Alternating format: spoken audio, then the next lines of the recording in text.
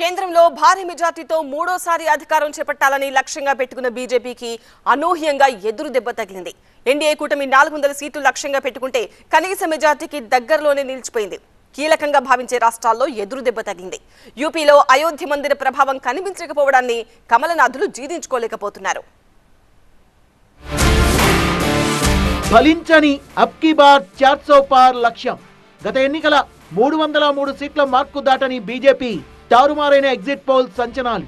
ఉత్తరప్రదేశ్లో బీజేపీకి అవమానం, మహారాష్ట్రలో ఎన్డీఏకు ఎదురుదెబ్బ, బెంగాల్, తమిళనాడులో భంగపాటు.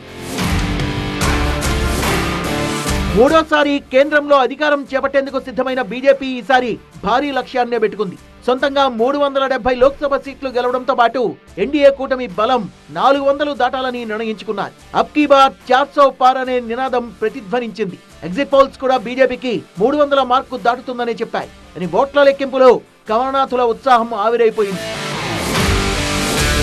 బీజేపీ అంచనాలు అనూహ్యంగా తారుమారయ్యాయి. 400 సీట్లు సాధించాలన్న టార్గెట్ ను ఎన్డీఏ కూటమి సాధించలేకపోయింది. బీజేపీ సొంతంగా 370 సీట్లు సాధిద్దామనుకుంటే గత ఎన్నికల్లో వచ్చిన 303 మార్కును కూడా అందుకోలేకపోయింది. కీలక రాష్ట్రం ఉత్తరప్రదేశ్ లో బీజేపీ గత ఎన్నికల్లో 62 సీట్లు సాధిస్తే ఈ ఎన్నికల్లో 33 స్థానాలకే పరిమితమైంది. కాంగ్రెస్, సమాజ్వాదీ పార్టీలు అనూహ్యంగా పుంజుకున్నాయి. బీజేపీకి ఓటు బ్యాంకులో ఈసారి అయోధ్య ఎంతో కీలకం. రామాలయాన్ని నిర్మిస్తామనే వాగ్దానాన్ని నిలుపుకున్న ఓట్లు, సీట్లు మాత్రం తగ్గిపోయాయి. అయోధ్యలో బీజేపీ అభ్యర్థి సమాజ్వాదీ చేతిలో ఓటమి పాలయ్యారు. మరోవైపు అమేథీలో స్మృతి ఇరానీ ఓడిపోగా కాంగ్రెస్ ఆ సీటును తిరిగి దక్కించుకుంది.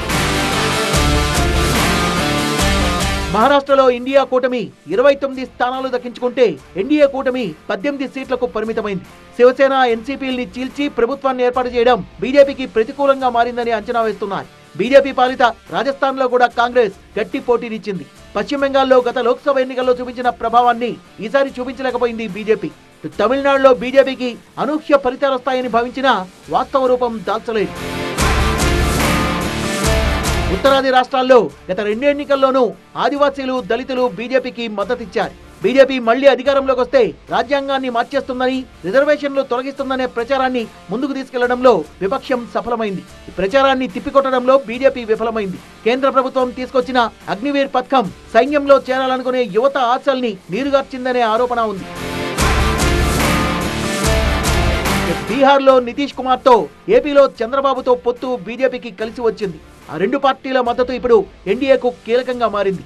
ఒడిశా అసెంబ్లీ ఎన్నికల్లో ఘన విజయంతో పాటు ఆ రాష్ట్రంలో అత్యధిక లోక్సభ సీట్లను బీజేపీ దక్కించుకుంది. తెలంగాణలో బీజేపీ అనూహ్యంగా పుంజుకొని ఏకంగా 8 సీట్లు సాధించింది. కర్ణాటకలో కూడా బీజేపీ హవా కనిపించింది. మధ్యప్రదేశ్, గుజరాత్ లో తిరుగులేని ఆధిపత్యాన్ని కొనసాగించింది బీజేపీ. జార్ఖండ్, అస్సాం, ఛత్తీస్గఢ్, ఢిల్లీ, ఉత్తరాఖండ్, హిమాచల్ రాష్ట్రాల్లో తన పట్టును కొనసాగించింది బీజేపీ. కేరళలో 1 సీటును దక్కించుకున్నా అక్కడ ఓటు బ్యాంకు మెరుగుపడింది. కీలక రాష్ట్రాల్లో దెబ్బతిన్న అనేక రాష్ట్రాల్లో పట్టు సాధించడం ద్వారా బీజేపీకి ఊరట కలిగినట్లయింది. ఈ రాష్ట్రాల మద్దతుతోనే మూడోసారి ప్రభుత్వాన్ని ఏర్పాటు చేసేందుకు సిద్ధమవుతున్నారు కమలనాథులు.